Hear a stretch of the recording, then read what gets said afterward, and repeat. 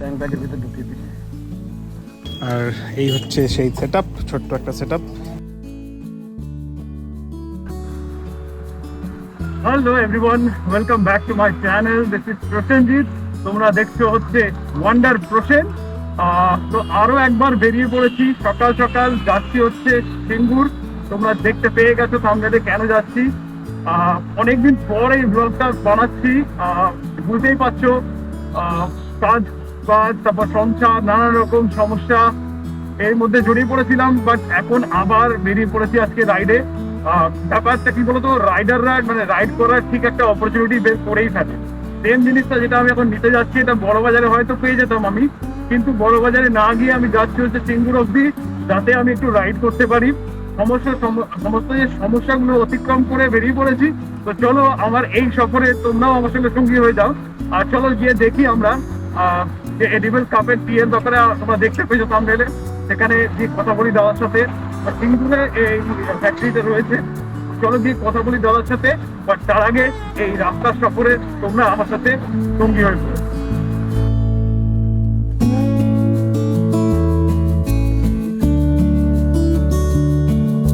সিঙ্গুরে যেই ব্যবসায়ীর কাছে আমি যাচ্ছি, যে হচ্ছে এডিবল কাপের ব্যবসা করে, প্রথমত আমি ভাবতে পারিনি সিঙ্গুরও হতে পারে। কারণ হচ্ছে সিঙ্গুরের হয়তো তোমরা জানো ওই টাটা ন্যানোর মানে কত রকম নিউজে আমরা দেখেছি। এখন তো মানে কোম্পানিটা সরেই গেছে, কোম্পানিটা নেই এখন, তো ওই জায়গাটা ফাঁকাই পড়ে আছে।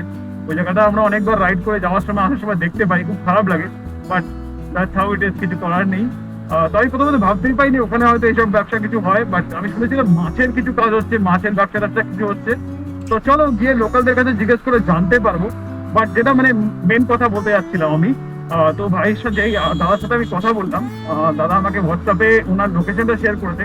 তো আমি এখানে জিপিএস এ লাগিয়ে ফেলেছি। দেখাচ্ছে দুটো রাস্তা, একটা হচ্ছে এখান থেকে রাইট দিয়ে, একটা হচ্ছে ডানকুনি দিয়ে সোজা। তো আমি যাবো তো সিঙ্গুরেই, তো আমি এদিক দিয়ে গেলে একটু ভিতর ভিতর দিয়ে যেতে হবে। আর সোজা গেলে পুরোনো দিল্লি রোড, আর একটা সোজাটা আর কি ডানকুনি চলে যাচ্ছে। তো দুটো রুটেই যাওয়া যেতে পারে। আমি আজকে এটা দিয়েই যাই, যখন মানে একদম ফাঁকা রাস্তা পাবো, ভালো রাস্তা পাবো।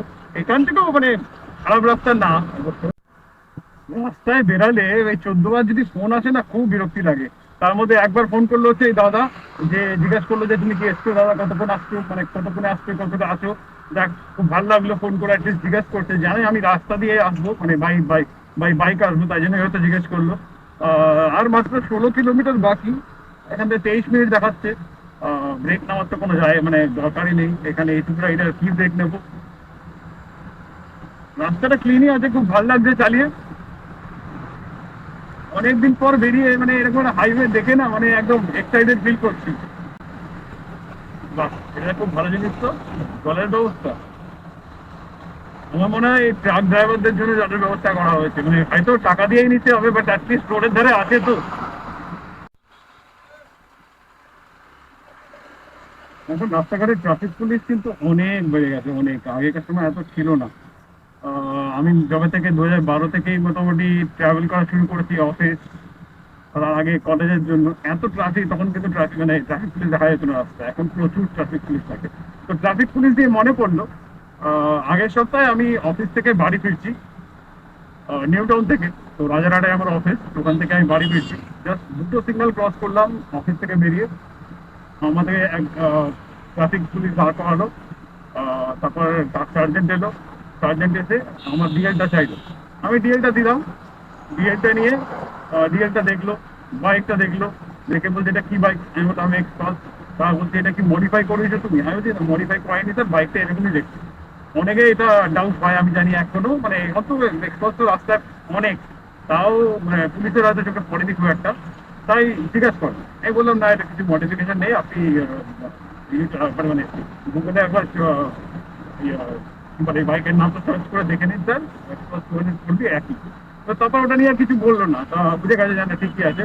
তারপর বললো ডিএল দাও, ডিএল দিলাম। ডিএলটা নিল, ডিএলটা নিয়ে আমার সব ডিটেলস গুলো লেখা শুরু করলো। আমি বললাম স্যার আমার ডিটেলস কেন নিচ্ছেন স্যার, আমি তো কিছু করিনি। আমার যদি কিছু প্রবলেম হয়ে থাকে, কোনো কাগজের যদি কাগজ কোনো ভুল থাকে তাহলে সেটা বলুন। বলছে না না ওরকম কিছু না, আমরা শুধু ডিটেলসটা নেবো। কেন, কিসের জন্য ডিটেলসটা নেবো? বলছে না, আগে যদি তোমার কোনো রকম অ্যাক্সিডেন্ট হয় বা অন্য কোনো রকম কারোর অ্যাক্সিডেন্ট হয় তা তোমাকে ফোন করে আমরা খবর নেব। আমি বললাম এটা মানে অবশ্যই বলিনি আর কি, আমি মনে মনে বলছি আমাকে ফোন করে খবর নেবেন মানে বাইক চালাতে চালাতে দাঁড়িয়ে আমি ফোন ধরবো কিংবা চালাতে চালাতে ফোন করবো যেভাবে হোক না কেন, তখন দেখে আবার আমাকেই ফাইন দেবে, তাই জন্য আমাকে ফোন করবেন, বাহ এটা কি কথা। তারপর আমাকে ফোন করার কি দরকার আছে ভাই কোনো রকম আপডেট দিতে হলে? আগে তো দুনিয়ার ট্রাফিক পুলিশ রয়েছে, দুনিয়ার ওদের কাছে ওই ওয়াকি টকি থাকে, ওরা নিজেদের মধ্যে কমিউনিকেশন করে নিতে পারে, আমাকে ফোন করে জানতে হবে আগে কোনো ট্রাফিকের কিছু হয়েছে কিনা? কি বোকা বোকা প্রশ্ন। তাই না কি করতে ডিটেলস গুলো নিল, সব বিয়ের বাইকের নাম্বার, আমার আমার ফোন নাম্বার, আমার অ্যাড্রেস, বিএল এর যে নাম্বার থাকে সব নিয়ে নিল, নিয়ে নোট ডাউন করলো। এবার ব্যাপারটা থেকে সেদিন তো রাত্রেবেলা আমি ঘরে চলে এলাম, ঘরে চলে এসে সারা রাত আমার ঘুম হচ্ছে না যে কেস দেবে। আর এখনকার কোনো কেস তো মানে 500 টাকা তো মিনিমাম। আর আমাদের মতো মধ্যবিত্ত বাড়ির ছেলেদের 500 টাকা কিন্তু অনেক ম্যাটার করে। 500 টাকার জিনিস দিয়েও দেয়, সেটাও আমার নিজের পকেট থেকেই যাবে, আমার তো সেরকম মানে বাইকের থেকে কোনো ইনকাম নেই যে ভাই আমি 500 টাকা দিলে কোনো যায় আসে না। আর মানে বিনা বিনা কোনো মানে ভুল করে দেখ নিয়ে নিল, তারপর দেখলাম কোনো কেস তো হয়নি। বাট কেন যে নাম্বারটা নিল, ডিটেলস গুলো নিল, সেটা আমি এখনো বুঝতে পারলাম না। তোমাদের সাথে যদি এরকম হয়ে থাকে আমাকে একটু কমেন্ট সেকশনে জানাও। আর কেন যদি নিয়েছে সেটাও যদি জেনে থাকো সেটাও কমেন্ট সেকশনে জানাও। হতে পারে আমার ভুল, হতেও পারে না আমি ভুল হয়তো ভাবছি। আর যদি কিছু থাকে আমাকে জানিও। আর এখান থেকে আপাতত আপডেট হলো 10 কিলোমিটার বাকি, বাপরে বাপ মানে চলেই এসছি অলমোস্ট। 10 কিলোমিটার বাকি। আর এটা কি রে ভাই, হ্যালোজিন আর গাড়ি পিছন দিকে হ্যালোজিন মারছে, থেকে পুজোর বিসর্জনের জন্য নাকি? লালু রায় পুজোতে এরকম একটা বিসর্জনের গাড়ি করে লাইট থাকা থাকছে। চলে এগিয়ে যাই। মেন হাইওয়েটা ছেড়ে এবার একটু মানে ভেতর দিকে ঢুকে পড়েছি, গ্রামের দিকে বলতে গেলে।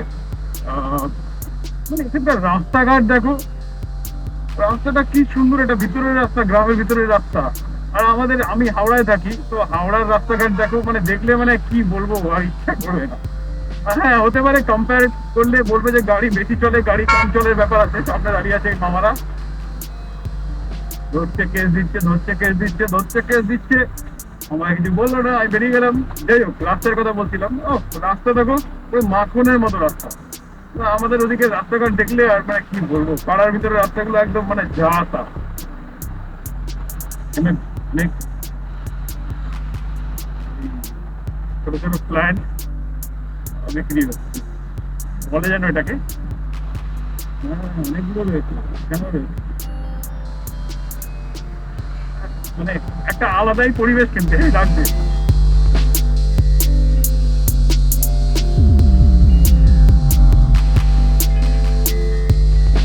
আমি বাড়িটা ছাড়িয়ে চলে এসেছি এখানে এক দোকানে, দাদাকে জিজ্ঞেস করলাম, দাদা বলছি এটা গিয়ে লেফটে তো?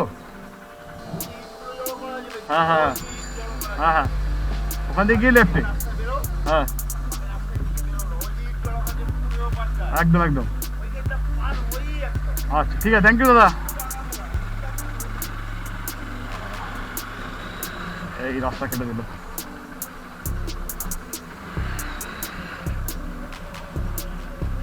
বলছে লেফটে, লেফটে ভিতরে কোথায় ঢুকবো, না ঢুকে এখানেই দাঁড়াই।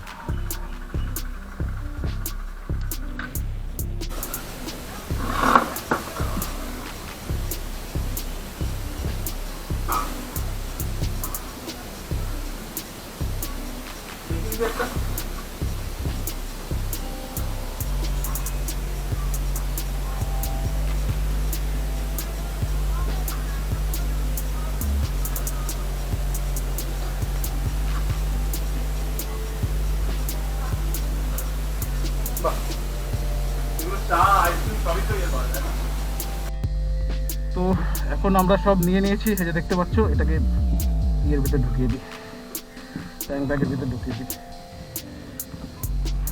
আমরা ম্যাপটা আবার সেট করে ফেলেছি, সাঁতরাগাছি অবধি আমরা ম্যাপটা সেট করে নিয়েছি।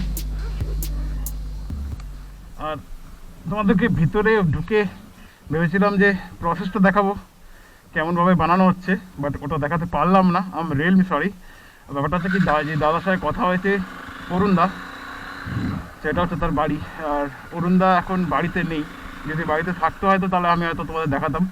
আসছি কাকিমা, পরে বা আসলে না একটু দেখবো, হ্যাঁ ভিতরে কেরম করে ওটা বানানো হয় দেখবো, ঠিক আছে? আর এবারই দেখতাম, দাদারা নেই বলে দেখতে পেলাম না। Bye bye. ও এখন ঘুম থেকে উঠেছে।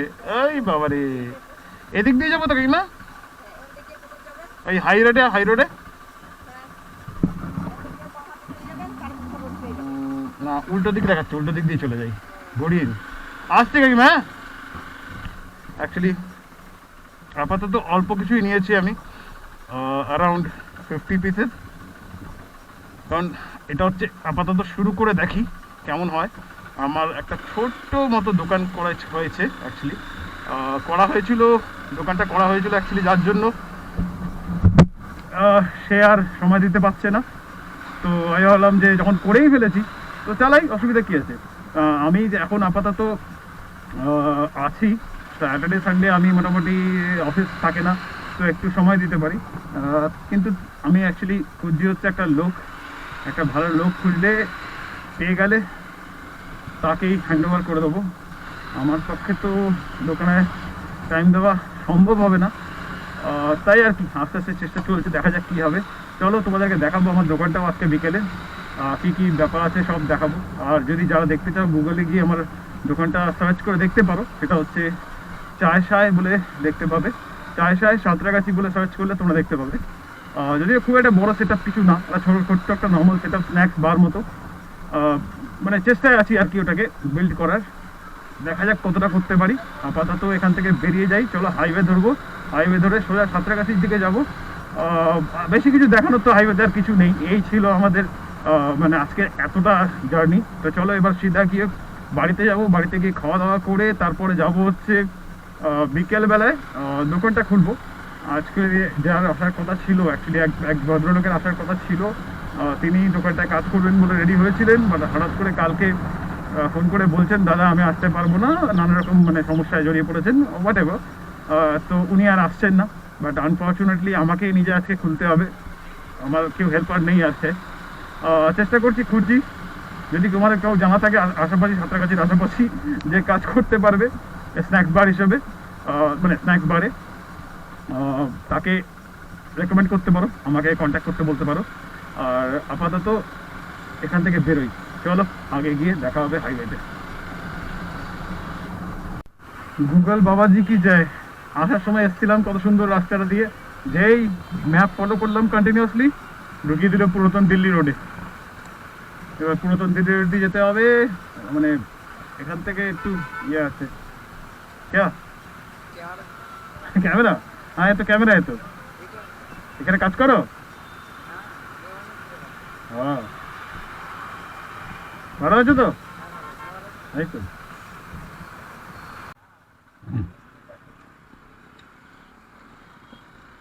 বাহ, দুটো খুলে দিলে, এবার ওদিক দিয়ে চলে এলো, এদিক দিয়ে চলে এলো, আমি কোন দিকে যাবো? এ কি একটা সাইড বের করবে তারপর তো সিগনালিং।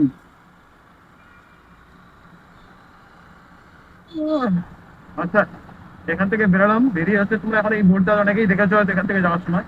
তো রাস্তাটা ভালো করে যেন তোমাদের সড়ক বড় বোঝা যায়, তাই জন্য বলছি আমি। গুগল ম্যাপে তো তোমরা দেখতে পেয়ে যাবে, আমি লোকেশনটা দিয়ে দেবো। বাট এই হচ্ছে মানে এখান থেকে বেরোলেই শ্রীরামপুরের রাস্তাটা সোজা পাচ্ছে, বুঝতে পারছো কলকাতা এখান থেকে 35 কিলোমিটার বাকি আছে। আর এই হচ্ছে সেই সেট আপ, ছোট্ট একটা সেট আপ। এখানে বেশ কিছু পাওয়া যায়, চিকেন নাগেটস, এগ চিজ বলস, স্প্রিং পটেটো, আর আজকে অ্যাডিশন হয়েছে হচ্ছে এই যে এডিবল টি কাপ।